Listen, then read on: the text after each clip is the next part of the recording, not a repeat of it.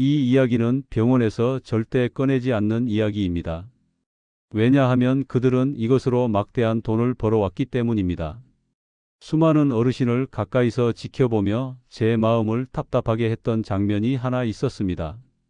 똑같이 달걀을 드시는데도 어떤 분은 기운이 펄펄 살아나시는 반면 어떤 분은 몸이 붓고 수치가 나빠져 결국 병원 신세를 지게 되는 정반대의 결과였습니다. 병원에서는 그저 수치만 보고 단백질을 줄이라고 기계적으로 말하지만 저는 그 속에 숨겨진 진짜 원인을 찾아내야만 했습니다. 단순히 음식을 제한하는 것이 답이 아니라 우리 몸의 정수기인 신장이 어떻게 반응하는지를 이해하는 것이 건강한 노후의 핵심이기 때문입니다. 저는 여러분이 정보의 홍수 속에서 길을 잃지 않고 내 몸의 가장 이로운 선택을 스스로 하실 수 있도록 돕고 싶습니다. 이 이야기가 도움이 되신다면 구독과 좋아요로 함께해 주세요. 여러분의 건강한 노후를 응원합니다. 그리고 지금 이 영상을 어디서 보고 계신가요?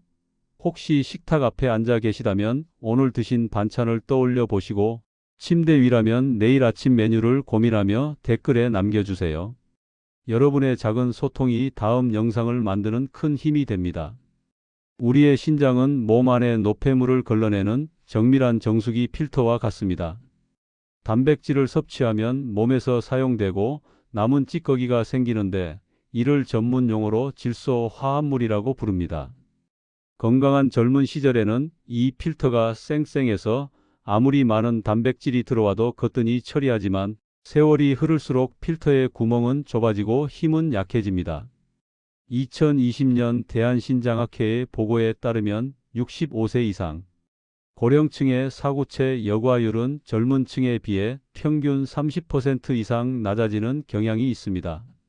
여기서 우리가 주목해야 할 점은 달걀 자체가 나쁜 것이 아니라 내 신장의 처리 용량을 초과해서 먹는 습관입니다. 여러분은 혹시 몸에 좋다는 이유로 매 끼니 달걀을 두세 개씩 한꺼번에 드신 적이 없으신가요? 아니면 신장이 걱정되어 단백질을 아예 끊고 채소만 고집하고 계시지는 않나요? 신장에게 가장 가혹한 고문은 단백질을 한꺼번에 몰아서 먹거나 반대로 아예 주지 않아 몸이 스스로의 근육을 깎아먹게 만드는 것입니다. 몸은 단백질이 부족하면 생존을 위해 허벅지 근육을 분해해 에너지로 쓰는데 이 과정에서 발생하는 독소가 외부에서 먹는 단백질보다 신장에 더 큰 무리를 주기도 합니다. 실행을 위해서는 먼저 내 상태를 파악해야 합니다. 하루에 달걀을 몇 개 먹을지 결정하기 전에 나의 소변 상태와 붓기를 먼저 살피세요. 만약 아침에 일어났을 때 눈꺼풀이 붓거나 양말 자국이 깊게 남는다면 그것은 신장이 현재의 단백질 양을 감당하기 벅차다는 신호입니다. 이때는 달걀을 끊는 것이 아니라 양을 절반으로 줄이고 아침과 점심으로 나누어 드시는 지혜가 필요합니다. 특히 짠 국물 요리와 달걀을 함께 드시는 것은 신장 필터에 모래를 뿌리는 것과 같으니 반드시 피해야 합니다.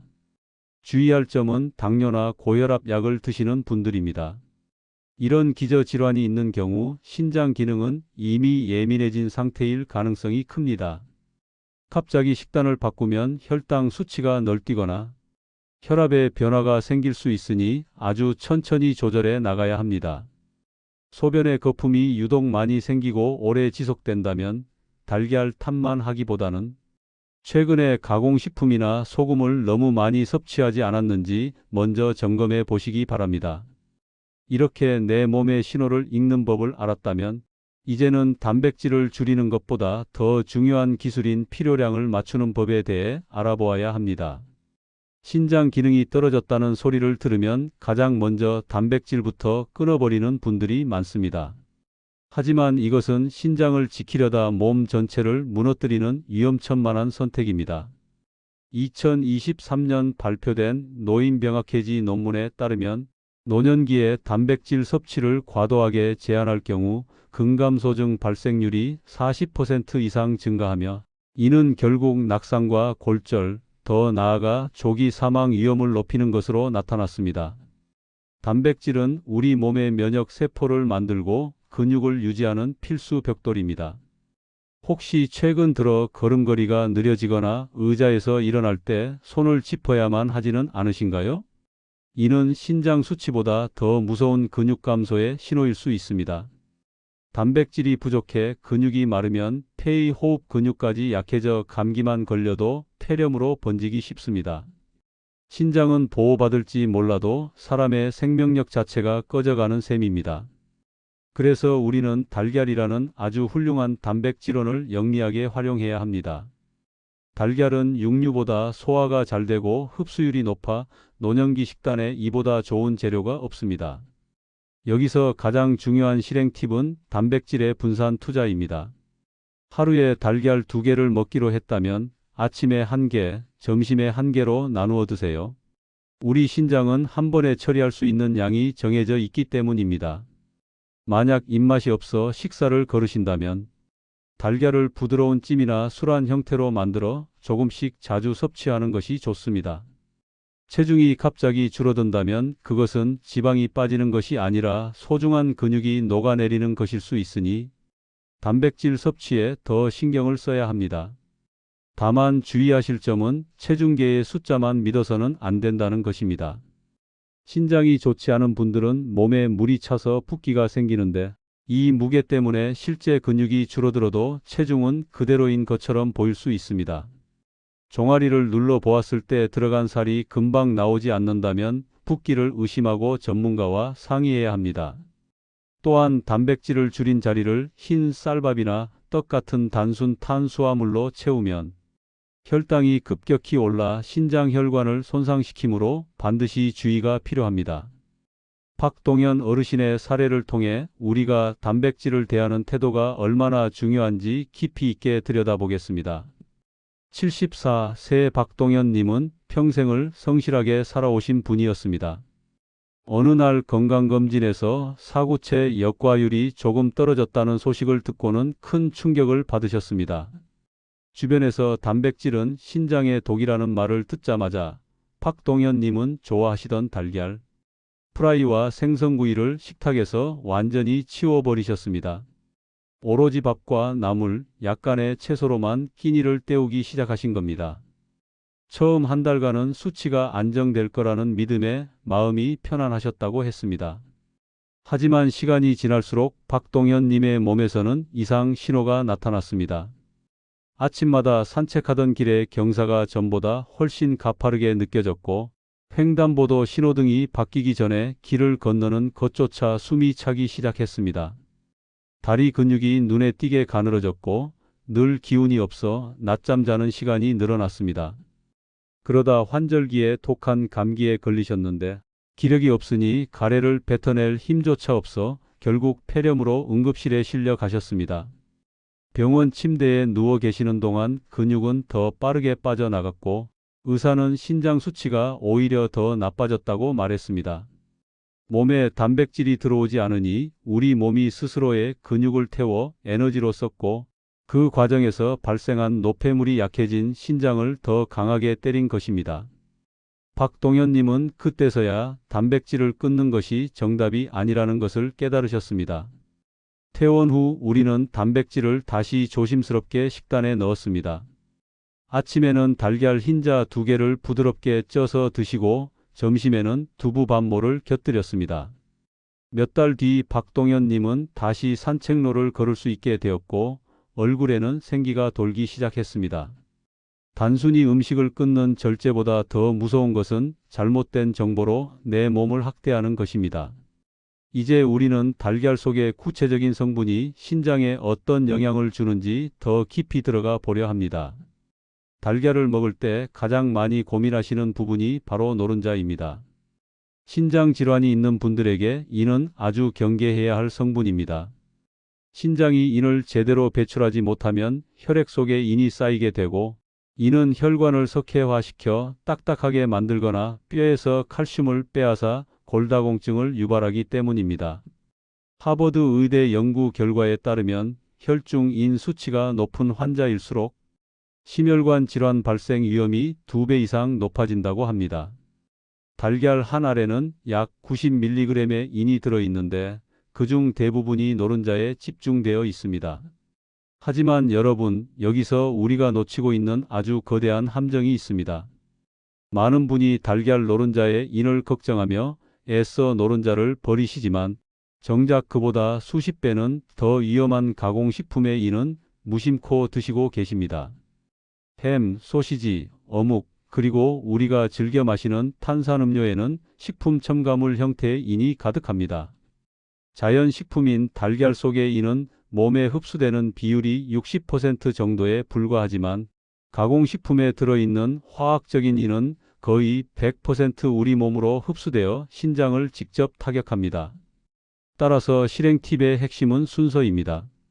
달걀 노른자를 버리기 전에 먼저 내 식탁 위에 있는 가공식품부터 치워야 합니다. 달걀을 드실 때는 노른자를 완전히 배제하기보다 하루는 통째로 드시고 하루는 흰자만 드시는 식으로 번갈아가며 조절해 보세요. 만약 검사 결과 인 수치가 높게 나왔다면 그때는 흰자 위주로 섭취하여 단백질은 챙기고 인은 줄이는 영리한 식단을 짜야 합니다. 또한 식사 중에 탄산음료나 설탕이 든 커피 대신 맑은 물이나 보리차를 마시는 것만으로도 신장의 부담을 획기적으로 줄일 수 있습니다. 주의사항으로는 콜레스테롤에 대한 과도한 공포를 버려야 한다는 점입니다. 건강한 사람이라면 달걀 노른자의 콜레스테롤이 혈중 수치에 미치는 영향은 미비합니다. 다만 이미 신장 기능이 많이 저하되어 투석을 고민하거나 인 조절이 필수적인 단계라면 이때는 엄격하게 노른자를 제한해야 합니다. 뼈가 자주 쑤시고 약해진 느낌이 든다면 내 몸속의 인과 칼슘 균형이 깨진 것은 아닌지 반드시 혈액 검사표를 확인해 보시기 바랍니다. 제 가족 중에도 이 문제로 오랜 시간 고생한 분이 있었습니다. 제 숙모님께서는 젊은 시절부터 신장이 약해 늘 조심하며 사셨는데 어느 날부터인가 아침마다 달걀을 삶아 드시기 시작했습니다. 건강에 좋다는 방송을 보시고는 단백질을 챙기겠다며 정성스럽게 달걀을 준비하셨지요.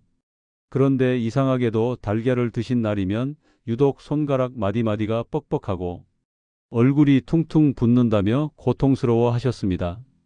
숙모님은 달걀이 자신에게 맞지 않는 음식이라며 다시는 먹지 않겠다고 선언하셨습니다. 제가 숙모님의 식탁을 가만히 살펴보니 문제는 달걀이 아니었습니다. 숙모님은 삶은 달걀이 퍽퍽하다는 이유로 늘 짭짤한 김치를 듬뿍 얹어 드셨고 가끔은 냉장고에 있던 햄을 구워 곁들이기도 하셨습니다. 게다가 식후에는 입가심으로 인 성분이 가득한 믹스커피를 매일 2잔씩 드셨던 겁니다.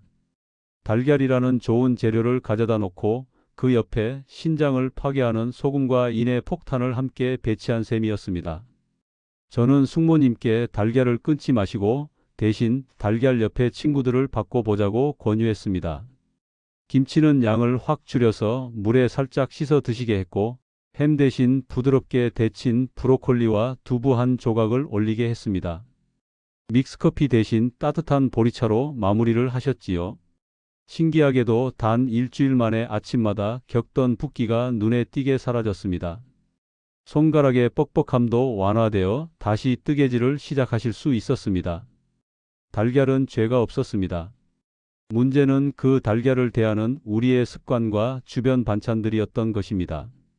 이렇게 음식의 조합이 얼마나 중요한지를 깨달았다면 이제는 신장을 보호하면서도 최고의 영양가를 뽑아낼 수 있는 단백질의 황금 비율에 대해 알아볼 차례입니다.